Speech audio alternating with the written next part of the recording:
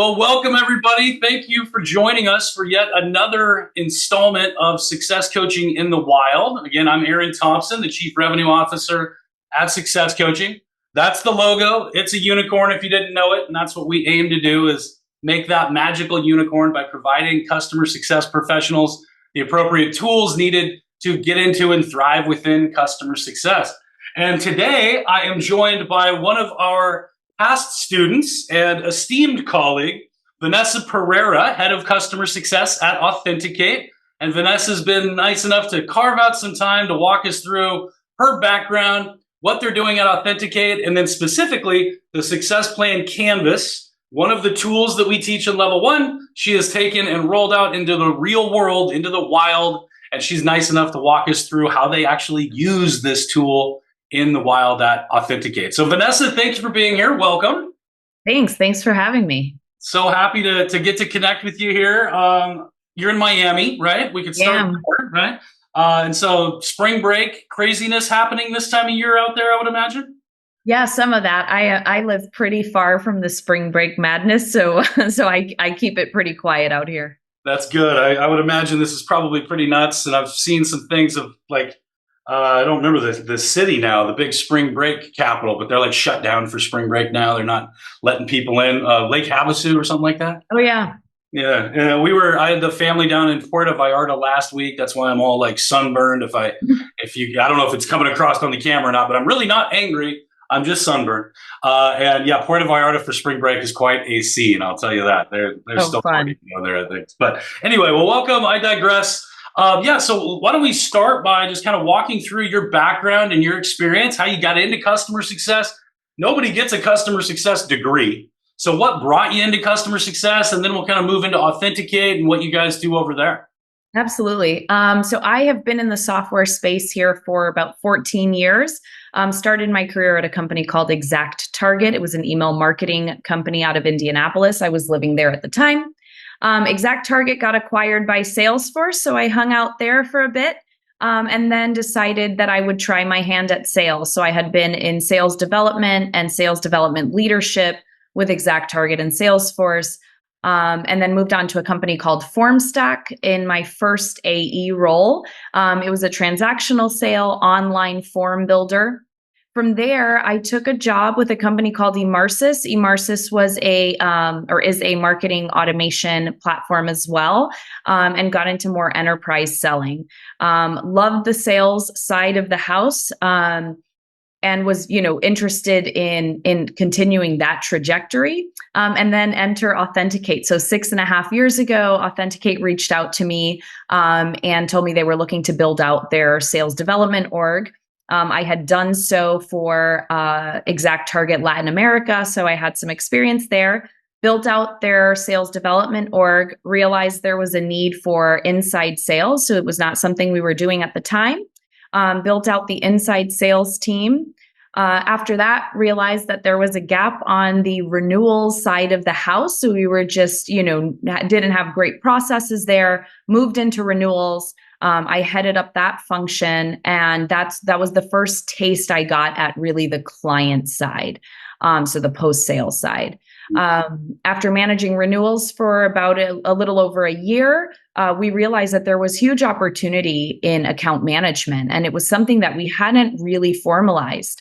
Having built out a few teams for Authenticate, I went ahead and we rolled out an account management team. Account management was responsible not only for renewing, but for upselling and for doing the client success work. So at the beginning of 2023, we kind of decided we needed to decouple those different teams, and we split out renewals as its own team. Upsells went to the account executive, which is really common in a lot of software companies.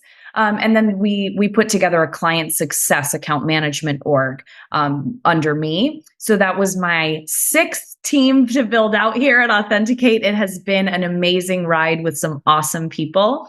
So that's kind of how I got into client success. It was something that happened organically and just kind of came with the trajectory of my career. I have to say it's been my favorite role. I love the impact we have on our customer. I love talking to customers. So it's been a fun ride.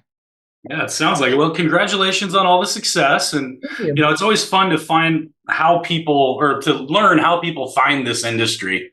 Most of us just kind of stumbled into it one way or another. And it seems like you were a bit more prescribed with your approach. And I think that sales background is an interesting one because we don't see as much of that, if I'm honest, in CS. Mhm. The SDR role and the outbound type of BDMs and things like that are such applicable experience for customer success. And you kind of made the move from inside to account management to now over to CS and kind of decoupling. And it sounds to me like as the organization matured, you started kind of siphoning off the roles and responsibilities to be specific purpose-built jobs or positions. And 6 teams in 6.5 years is quite a feat as well. But yeah, I always love to meet people who come from that more revenue top of funnel side of the business and move into the bottom, because we get so many from support and so many from like client services, whatever, account management occasionally sometimes. But I feel like there's so much overlap with the roles, responsibilities, the skill set is what I'm trying to get to. Would you agree? Do you feel like that was a really big help for you, uh, having that background and really dealing with negotiations and then moving into renewals and now kind of as you look to build out the CS practice there a few years ago? Was there a lot of overlap, or was it just kind of like, all right, we're starting from square one? So there's a lot of overlap. So it was both things. There is a lot of overlap. I come from the school of thought that I think that if everyone should carry a bag at some point in their career. Love I really just think it gives some great experience across the board. What I find unique in the experience sales has given me in client success is the ability to understand the pre-sales process much more intimately than it. had I come from a client's role from the beginning. Yeah. So, I can empathize with my counterparts that head up the sales organization. I can put my revenue hat on really easily while still protecting the integrity of the relationship with the customer. I think it's been invaluable, and I do think it's somewhat unique. Um, Working Building out the client success team, however, was a start from scratch process. Aaron, you and I spoke about this. I was like, I don't know all of the things that I should know here, which is why we did the CCSM level 1 and then level 2 with plans to go all the way through level 5. There were a lot of nuances. However, experience in building teams helped. Mm. Experience in building processes helped. And yeah, having that ability to understand the customer life cycle from the SDR perspective all the way through now, the customer success and the renewal, I think has been really, really important. Yeah. So what you're telling me is you have no friction between the sales team and the customer success team at Zero, all. Authenticator. zero, zero. That's We always we the were case, right? we work really well together. I have had the benefit of working with some really phenomenal sales leaders. Our current sales leader started at the company like 6 months before I did, so we're also very good friends. We work very well together. And again, I think I can empathize with the pre-sales side of the house. Yeah, yeah, and that's where we find most of the friction lies a lot of Sure, times, right? sure. It's that transition, top of funnel to bottom of funnel, and onboarding is so critical in there. And a lot of times you got a project manager, professional services, implementation team getting involved, and the AEs kind of involved, and maybe not anymore. And the customers just sort of in this friction-filled, anxiety-ridden stage. And I think to your point, the more CS can walk in sales shoes and vice versa, the more empathy that you have for the other teams and can just collaborate better. Absolutely. Absolutely. And it's not to say there is no friction, right? There are a lot of times where we're met with situations that what we are incented to do sometimes is in contradiction of each other. Oh, yeah.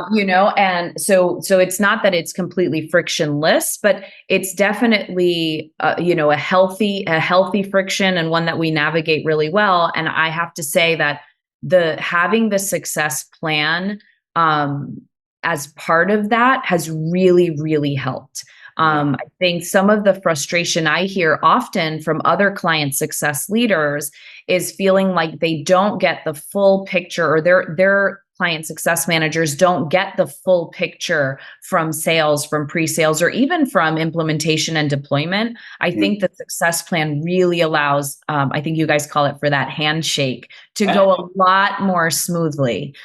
So that's been fantastic for us. Yeah, amazing. And that's a great segue. It's something that, we'll get to. We'll walk through a generic, anonymized success plan. But before we get there, and I bring that up and share my screen and whatnot, maybe walk us through Authenticate and your background and how your background positioned you as a good candidate to get started there 6.5 years ago. And what's the use case? Who are your customers? Just so we can kind of set the table a little bit. And then we'll look at how that success plan is being used there and talk a little bit about how it can help remove some of those friction points. But yeah, maybe give us a little background about the business and who you all are. Happy to do so. Yeah. So Authenticate has been around since 2010. Authenticate was founded by some really smart folks that had founded a company called Postini that was acquired by Google. And the mission of Authenticate was to provide a remote cloud browser that would allow users to go out onto the web without putting any risk on their machine or on their organization. From there, we also offer a product called Silo for Research. Silo for Research is a managed attribution solution that's intended for investigators, analysts, and the like to go out and do internet research of different kinds. So our client base spans everywhere from, on the commercial sector, the Fortune 1000, law firms and FI-serve companies, to 100 plus government agencies, and, the intelligence community and organizations like that. It's an organization whose mission is to make browsing the internet safe. And also allows those that need to obfuscate their identity for research purposes the ability to do so. Go ahead. I'm sorry. Continue. So you asked kind of how the transition worked. So when I worked in marketing automation, I was selling things like product recommendations, email marketing, social media advertising. Some of the stuff that we feel has that big brother aspect to it.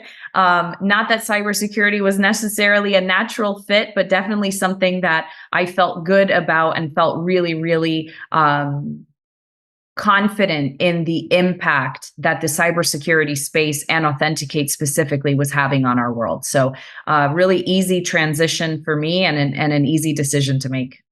Yeah, that's funny because you got the retargeted marketing. We were talking about this a little bit in the pre-call, but right, like the cookies and the tracking and all this stuff to be able to, as a modern day marketing organization, outbound and content creation and retargeting and all the different ways to try to do that brand awareness and that demand gen kind of motion. And so that's one side of the table. The other side of the table is, I don't want people to know who I am online. I don't want, I want a safe browsing experience. I don't want people to be able to do that. And I want to spoof myself maybe and actually appear as though I'm coming in from a different browser and whatever the case may be, IP address, what have you. So you get to kind of play both sides of the table here within your career. You got it. Yeah. It's been a fun ride. Yeah. Yeah. And having that experience of, like you said, it was a bit of not a stretch, but, it wasn't like you went from a marketing company to a digital agency or something, whether there's that obvious tie. But there is obviously applicable experience there, having worked in the tech sector and then sold into B2B, et cetera, and all of that background. But when you look at that and you were looking at Authenticate, and it sounds like they came to you and kind of talked to you about like, hey, we're looking to hire somebody here. Was it easy for you to make that? I get this question. Let me back up. Where I'm coming from is I get the question from people, here's my experience. How does that apply to customer success? Or how does that apply to whatever, account management, SDR, whatever the job is I'm looking for? And a lot of times it's that translation and really understanding. For teachers, for example, I did a webinar a couple of years ago for a group of about 200 teachers who were looking to get into customer success management. And they felt like we have no applicable experience to B2B tech. And I was like, well, actually, you do. I can look at it this way. You are the product. Your user is the student. Your executive stakeholder is the parents of the students deciding to keep their kid in your class or not. Are they getting the outcomes that they want to achieve or not? The faculty is your leadership. Your other teachers are your colleagues. And so we started kind of tying it together, and it wasn't like an obvious, oh, okay, but once we started shedding light on that, it did start to kind of connect the dots. How easy or difficult was that for you to do as you look to kind of make this transition, I'll say, from one side of the table to the other side? Yeah, so I think there were two things, there were two parts of this. So there was one part of this that was I was going to be building out this sales development function for Authenticate. And I had been trained by the best of the best at ExactTarget and Salesforce to do this job really well. And then had the experience of building out a team and interviewing and hiring and whatever else with that reseller that we had acquired out of South America. So I think that part of it, that side of it, building out an SDR team came pretty naturally. There was also the part that was I had worked in tech. So I had been working in software as a service for 7 years at this point. There's a lot that translates. Now, as it relates to the industry specifically, it was baptism by fire. I was not super well versed on all things cybersecurity. I really had to gain a better understanding of IT and, how folks' networks work and what they do to protect said networks. I had never worked with the government sector, so that was a huge learning curve for me. I was managing an SDR team that was focused both on commercial and then another part of the team that was focused on government. So really understanding government budget cycles and contracting, the distributor and partner network. I mean, there was a lot to learn there. So I would say my base in software as a service and my base in really stellar SDR processes helped with the transition. But as far as the industries went, other than understanding basics about, IPs and IP reputations from my email days, it was quite a stretch to learn the industry. Yeah, and to really walk in your customer's shoes takes. That was your baptism by fire, as you put it. Yeah, but that's important for people to understand, though, that even in a domain that you didn't have experience, the responsibilities of the role that you were hired in to do, you did have experience. The building of the team, the sales side of it, et cetera. And that can be enough to get in to a new industry, a new vertical, or in this case, a new domain. Yeah. And I mean, let's not forget also, there's a big piece of this that is there are a lot of tools that we use in the software space that are more common than others. So really, for example, one of the things that I brought to Authenticate that the folks at Authenticate didn't have a ton of experience with was using a Salesforce as their CRM.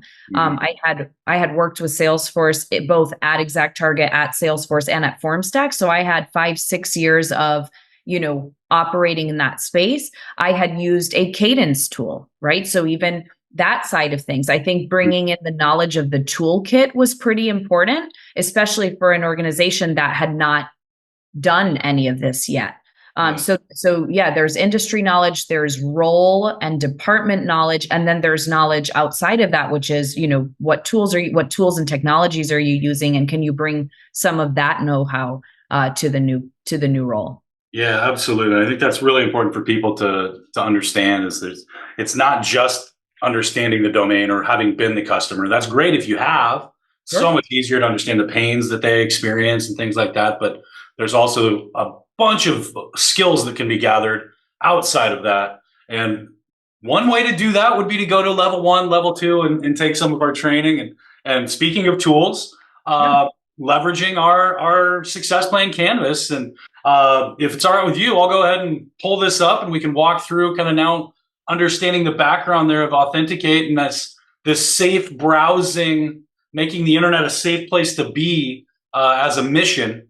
Let's walk through some of the objectives and goals that you have there.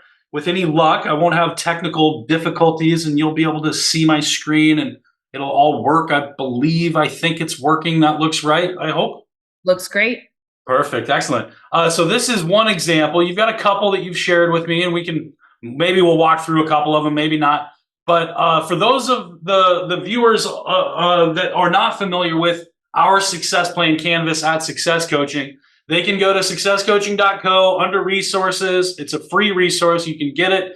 However, there's not necessarily training behind it like you would receive in one of our classes, but the core canvas looks very similar to this. People who have been through our classes will understand what I'm saying, but if you haven't, you're just going to have to trust me for the time being that this is pretty straight out of the box from what we teach. There was a little change here. So why don't you walk us through this top tech org offering commerce, content, entertainment, and entertainment services, and what are their success planning motions?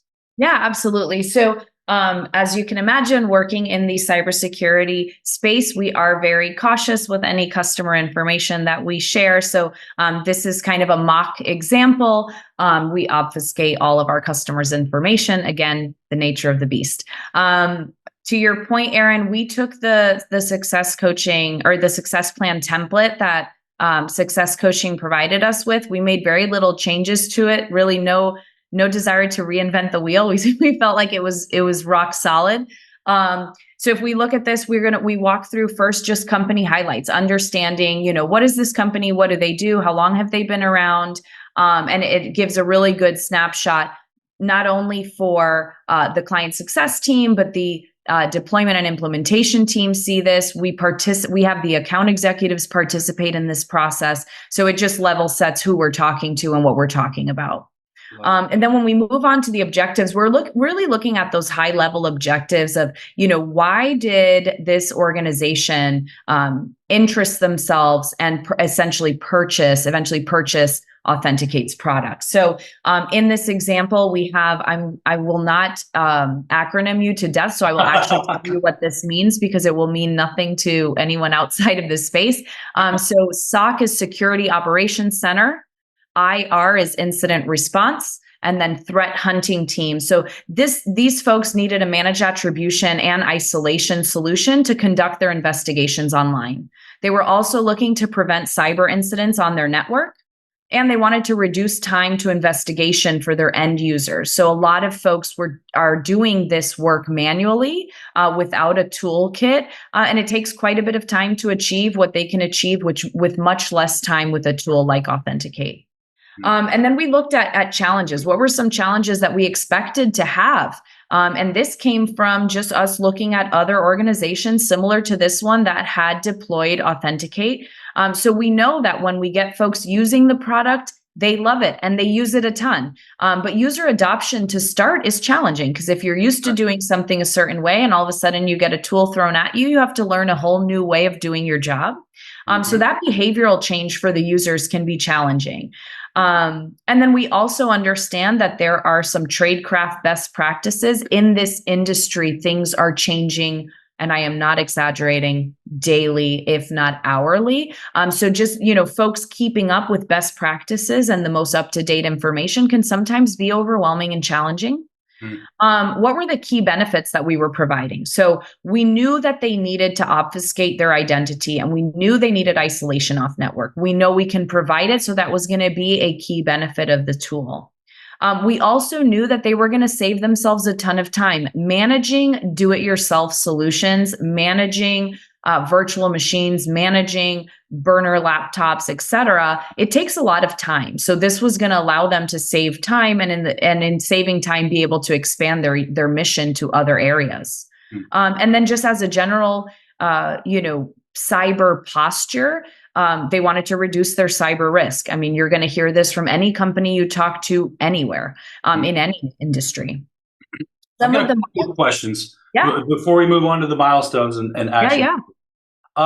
First off, the saving time, do you do baselining with your clients when they're a new client, maybe just signed up or about to sign up, to understand how much time are they spending on these activities today so that you can then point to the time saved as a quantifiable outcome?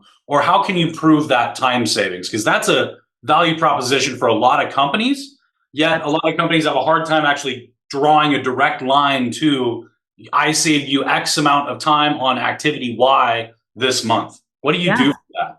Yeah. So, I mean, we obviously, and part of the welcome call process and in our discovery process post sales, we really start to dig into what they were spending their time doing and what tools they were using, and where they were focusing their energy. To your point, Aaron, it's a rock solid ROI story when you can say we're saving your people time. It is much harder to quantify that time. Yeah. What comes to mind for me now that you asked that question actually came from the CCSM Level 2 course, where we filled out a spreadsheet for our CSMs. I'm sure you know this well, where we actually talk about how much time folks are spending in each activity. Awesome.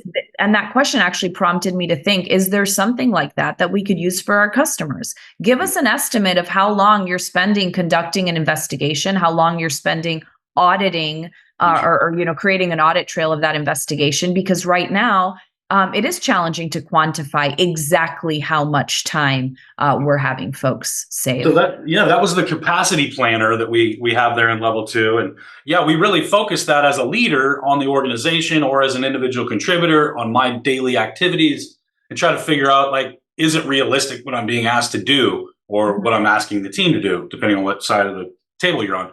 Yeah. You actually used that or something like that to actually start capacity mapping your prospects in terms of the time and the tools and everything that they're using to draw it back to your value proposition. Am I hearing that correct? Is that right? So not something that we're doing yet, but definitely that activity that we did prompted the thought of, could we turn this around and use this for our customers to say, Mr. Analyst, Miss Investigator, how long are you spending conducting, research of this type? How long are you spending doing X? If we can get some estimates, I think that could really help put some specific numbers behind what we know to be true. We know we're saving folks time. It's really tough.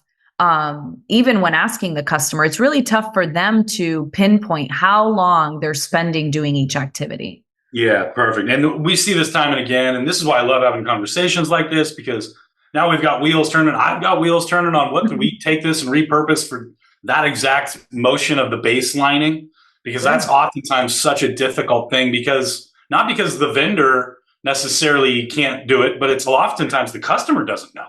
They're not tracking it, and time tracking, et cetera. So that was question number 1. Question number 2 was, you mentioned the AEs are involved. They're actually engaged with this success planning function at Authenticate. When you came out of class and you were like, hey, I got this idea, I'm going to build this success planning tool. Was it a challenge to get the account executives to see the value of doing something like this? And if so, how did you address that challenge and overcome what had to be objectives? You're right. Like, nobody wants to change. Nobody wants to do something new. I've been doing it this way for 20 years. Now you're going to bring me this thing. Why? What's in it for me? Why should I care? Yeah. How did you go about that? Because that's another one that I often get questions from our past students. Like, we think it's great. How can I get sales to actually think it's great too? Yeah, absolutely. So what we did first was I met with my counterpart in sales and kind of pitched him the idea and why I thought it was going to be beneficial to have the information. Once I got him on board, which was really not tough to do, I then presented this mock-up at our next QBR as a company, our internal QBR, just to kind of start familiarizing the folks that have a vested interest and should have a vested interest in this, giving them an idea of what it looks like, what are the expectations. I think visualizing, hey, this is not something that's going to take 6 hours to put together. You should know this, and you should have this, off the top of your head.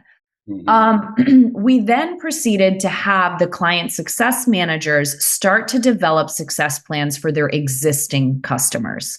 Okay. Because the only time we really are having the account executive is involved is when we're signing a new customer. Mm-hmm. We're not asking them necessarily to go, with us through the process of our 75 existing accounts per client success manager. So the client success managers went through that process. And what we realized is that a lot of times we were uncovering opportunities for further conversations within the existing install base.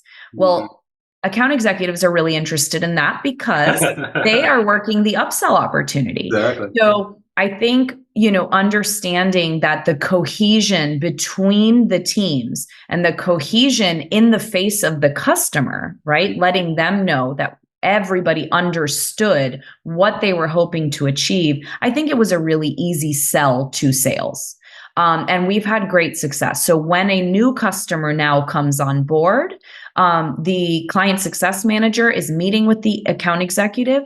They're talking about the success plan. They're collecting the notes from the calls throughout the throughout the sales process.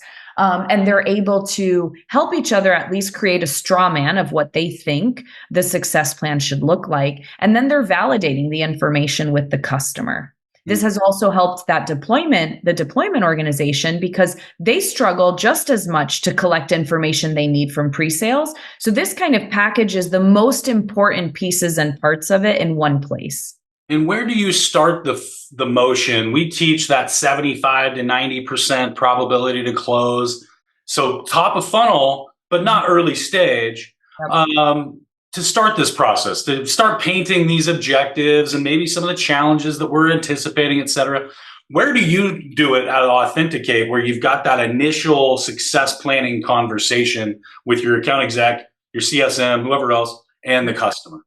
So we're doing it right at time of close. The way that we assign a CSAM today is based on some different criteria that has to do with growth potential within an account, with the strategic value of that of that account to our organization, and then the dollar amount of the contract. So we're not in a place where we can be looping in the CSAM. We're a small team. We're not in a place where we can be looping in the CSAM pre-sale. However, we are looping the CSAM in as soon as that opportunity closes. When the information is still fresh in everybody's mind, we can get the information we need. The examples in which we see the client success manager involved earlier is on current customer interactions, where we're either selling more to a current customer or we're moving laterally within the organization to a different group. Then the client success manager is involved much easier, actually, from the point of discovery call. And that gives us the ability to then bring the success plan in earlier. Yeah, interesting. Yeah, and I think that's a good point to call out also. You mentioned this earlier, but different for current customers versus net new customers and kind of how you rolled this out. So if I just kind of summarize the maturation, the go-to-market of your success plan canvas within Authenticate, first off, show it to sales. Show them it's not this big giant book that's going to take forever. And show them the simplicity. And like my old basketball coach in college used to say, keep it simple, stupid. The old KISS rule, right? And so show it to them. It's pretty simple. It's really not crazy. Then build it out for your existing clients where you don't need sales involvement. And then from there, use it to identify opportunities of expansion. Now we're getting into that lateral moves across the organization or buying more, whatever the case may be, but some kind of an expansion op. And bring that to sales, showing them that this expansion op was driven by our success planning conversations and motion. And then that will lend itself to getting their buy-in to start using it for net new customers and really get it as part of the collaboration between pre and post sales. Is that a pretty decent summary? That's a great summary. Yeah. And I mean, what we were talking earlier about having the sales experience. I remember as a salesperson, again, I can empathize with them. I remember as a salesperson, any other department within the organization coming to ask me for anything, everything felt like too much, because when you have a quota that you are trying to hit, that is the only thing you want to be focused on. So I think the ability to give them the why behind it, and what does this do for me, or what's in it for me? I think being able to articulate that to them makes them, much more willing to work with us and to spend the time with us to develop those plans. Yeah, absolutely, 100%. And yeah, what's in it for sales? Typically, if you can help me hit my quota, then you've got my attention. But that's always the question: is how does this help me hit quota? Right? That's ultimately what I'm there to do.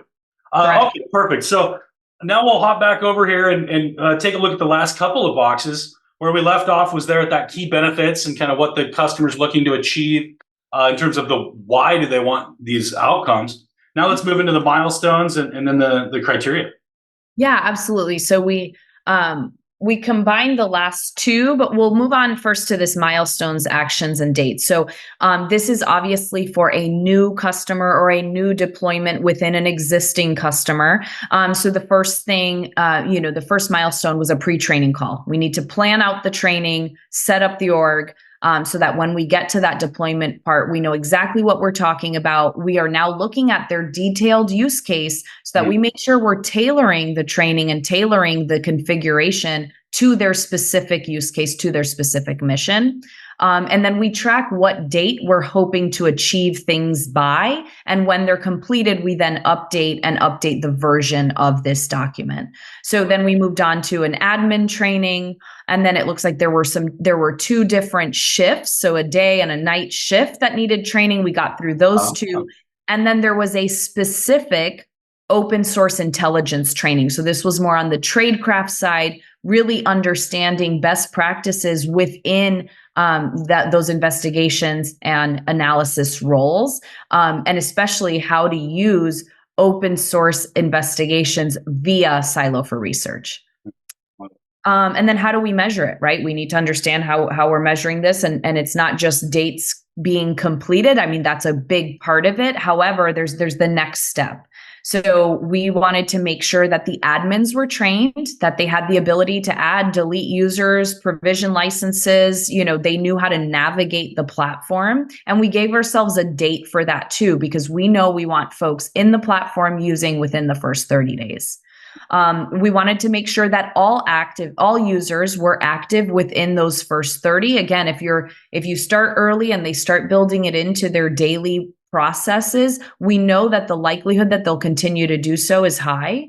And then we wanted to make sure that by the end of the year, all of the different groups of users were fully trained, were active in the product, and were providing feedback. And that feedback, we elicit that both on, executive business reviews, via our admin, through support tickets, feature requests, et cetera. But those were really the most important criteria we were hoping to meet with this customer by end of year. I love it. And so when we look at this version of this canvas, you can see like the pre-training call, this is a very early stage customer. This is a net new, conceivably moving top of funnel to bottom for the first time. And you've got a lot of onboarding, implementation, like let's get you up and running. Once you get through these and you complete these, then you have a new version of the success plan. You've got new milestones, you've got new dates, et cetera. And so walk me through what that looks like as you get towards renewal time now. Yeah, right? Because you're going to have different versions. And ideally, I can then, at my 90 days before renewal, just be like, boom, boom, boom, boom. Here's all the versions. Here's all the outcomes we helped you achieve, et cetera. Do you do that, or walk us through kind of what the real world in the wild looks like from that perspective? Absolutely. So actually, if you'll pull up that second slide, that is a long-standing customer example. So a customer that in this example, we say has been with us since 2014, is a mid-size financial services organization. They're using our Silo for Safe Access product. So not the research piece, the browser isolation piece.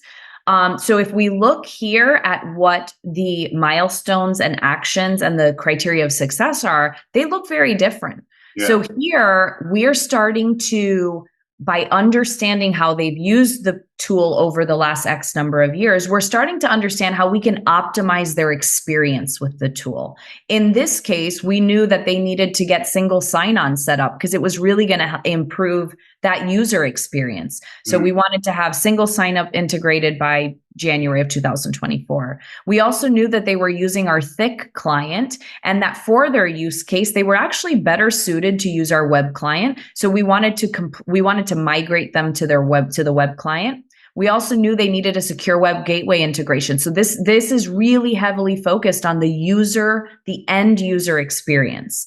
And this is not necessarily something that we would be doing if it was a brand new customer, unless it was done in deployment. These are conversations we're having as the relationship with the customer matures. So this was all focused on how do we now provide the best experience for your end users, because the product you purchased 8-10 years ago is not the same as the product that exists today. Yeah. And then our measures of success are also vastly different. So we wanted to make sure that because we were now implementing all of these integrations and we were providing the right configuration for their use case, that then usage would increase. And we wanted to see that usage and user adoption up to 80%.